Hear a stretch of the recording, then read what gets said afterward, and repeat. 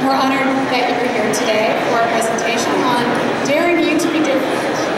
And today we are daring ourselves to be different. We have a visual recorder, Leah, over here, and she's going to take a visual recording of what we're presenting today. So have fun and watch her and listen to me.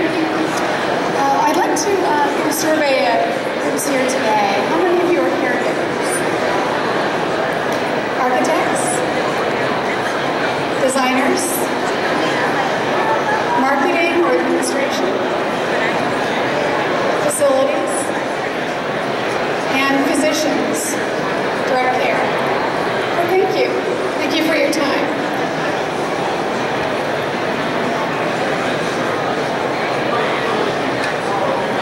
Many times innovation can be as simple as combining existing ideas from the local marketplace into new ways of serving and enhancing residents' lives every day. This presentation will challenge our thinking about how senior care environments are designed and utilized as it relates to innovation. So how do we do this? In 20 minutes or so, we want to focus on three key areas. We want to explore the integration of technology and design in senior living environments, explore all that entails in creating choice dining, and finally, looking at home health aides and wellness clinics and what their future impact is in senior living.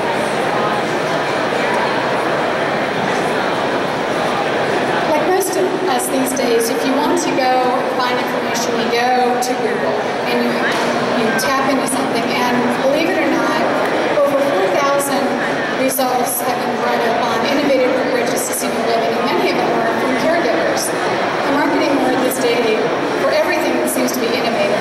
What does that mean for senior living? The answer is, how can we combine the best practices from other related service industries to enhance senior care? This means,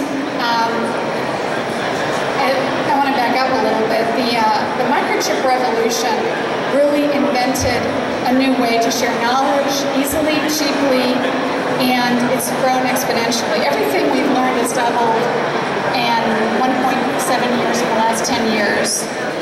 Now moving forward, it's doubling every 11 hours. It's truly amazing what the internet has done for technology. And it's driving change in senior care as well. Technology will be the key to senior living environments. We're now planning for flexibility in the resident room, nurse stations, medical delivery systems, and we're designing buildings or renovating buildings that aren't designed and geared for the future.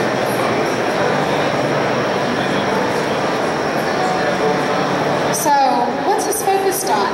A lot of it is on resident safety. We know that now it's cheaper and easier to do motion sensors in the resident rooms. Reading devices and wireless internet access will allow residents who can't read well to choose their own font size and type style, or even have an audio read to them, so audiobooks are more easily adapted. We're seeing device sensors that are wireless for cooktop safety to shut off, or no burns in refrigerators, so you don't have spoiled food anymore. It's really integrating smart technology into resident care.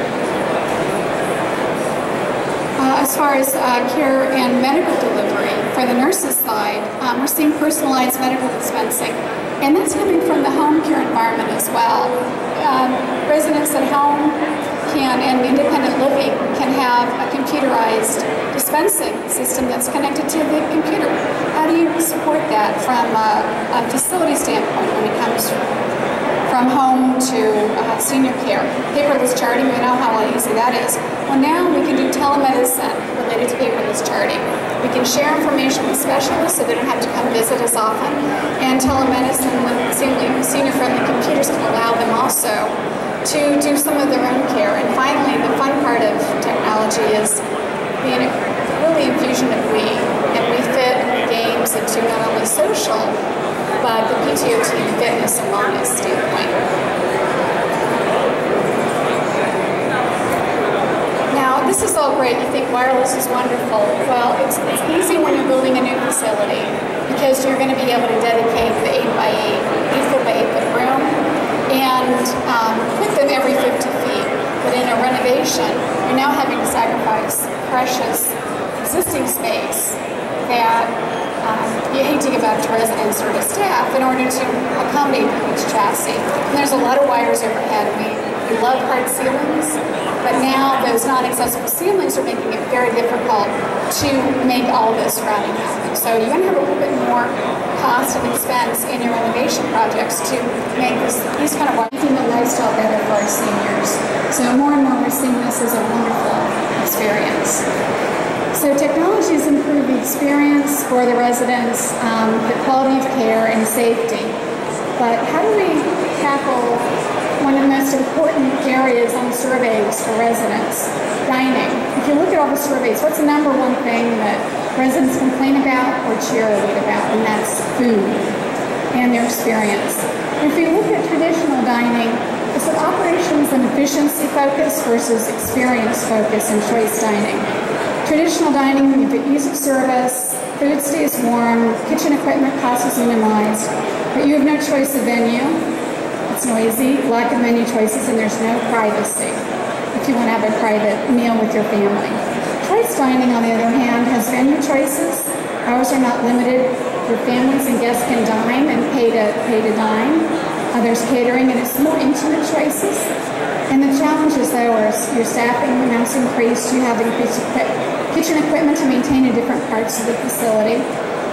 Keeping food warm if you're transporting and doing warming kitchen events, and the codes and guidelines related to having food service sites throughout your building.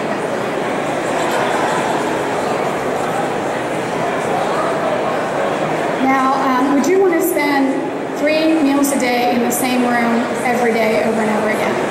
That's what a lot of our facilities are, especially SNFs. And independent and assisted living are more apt to and able to afford to do choice dining. We'd love to get SNFs away from this model if we can, but I know it's still part of life. But choice dining can be like a fine restaurant destination where it's large and colorful and open, and you have a hostess stand, you have table service, and your family members can pay to have meal or have meal tickets. So it can be truly a restaurant and bring in the community in as well. But it doesn't have to be big. It can be small. Much like a resort, you can have a small daily cafe for coffee in the morning, for sandwiches and snacks. Maybe you're not that hungry. Maybe you want to play cards in the afternoon. Having choices like this, where there's not a clock related to having activity, and it can be, again, open to the community.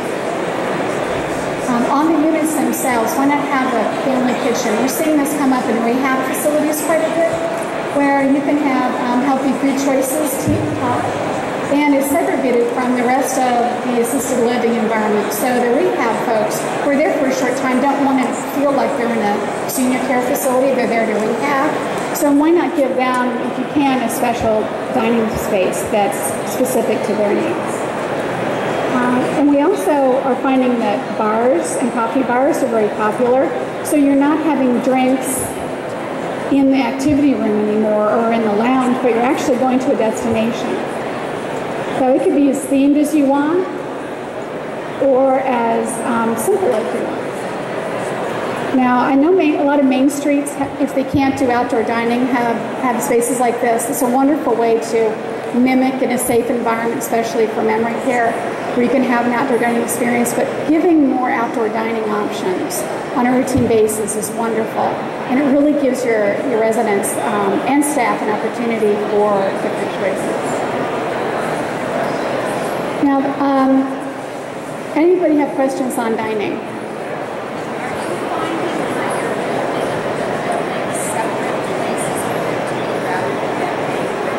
Yes, absolutely. We're seeing new builds getting away from banquet.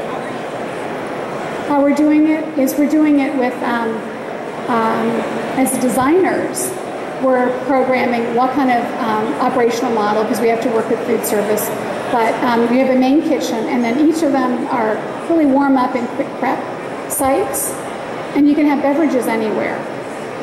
So what you're doing is creating safe destinations in IL and AL that may be at different ends of the building, so you're getting the residents walking and moving. What about the main dining rooms that are separating the providers and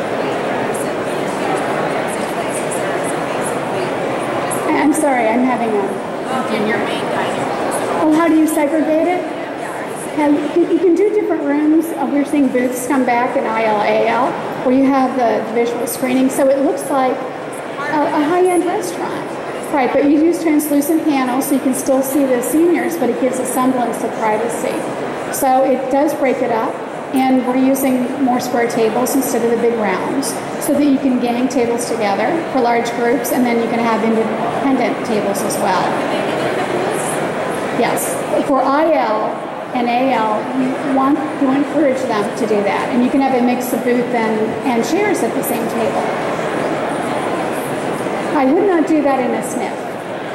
No, I would not do that in a SNF or memory care, but I would look at IL and AL as a great model for that. Great question. Any other questions? Okay, well, we want to move on to home health clinics and the impact.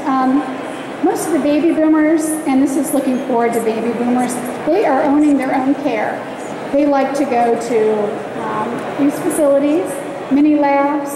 They can get tests now that you never had before. You could get your blood pressure taken, and the market is huge. It's been over $5 billion in 2011 for this. But I didn't know until recently that you could actually not only test your cholesterol, blood pressure, and sugar, but you can get a home UTI test and a home PSA test now. That's amazing. So our baby boomers are owning their own health, wellness, maintenance. So how do we translate that into the senior care environment? Well, we can easily create labs in IL and AL. SNFs usually already have a clinic or some type of exam room, but if you can add a mini lab that does these kinds of tests that allow seniors to do their own testing with the nurse practitioner observing, that would be great. You know, there's not a model for this yet, and I'm sure it has to be regulated, but you do need medical oversight. But why not give them the opportunity to maintain control over their lives? So that's our thoughts for the day. Does anybody have any questions or comments?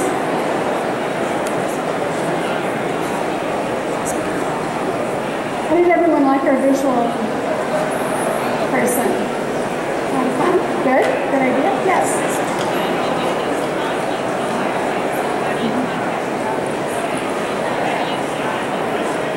If it's in the home environment, then it's up to that home person. If it's in the senior care managed environment, that the nurse would contact. So you need a nurse practitioner. I'm going to walk in. If there's so much ambient noise, I can't hear you. Okay. That's right. That's right. Yeah, that's right. And UTIs are really great to screen because a lot of times it'll reduce the amount of emergency department visits, which, you know, you think it's dementia or something else, and it's actually UTI. So those are the two big tests that we think that would definitely need nurse management care, but, you know, everything else things are doing on their own. They have diabetes and cholesterol, and it empowers them on really continuing the management of their own care. So it's a new thought that we've had here in a lot of communities. They're tired of handing over control again. So it's something to think about. Anything else? Well, thank you, everyone. We hope you found it informative and fun. Enjoy the rest of the conference. Leah will be at her booth continuing on her work until 1 o'clock, so please stop by.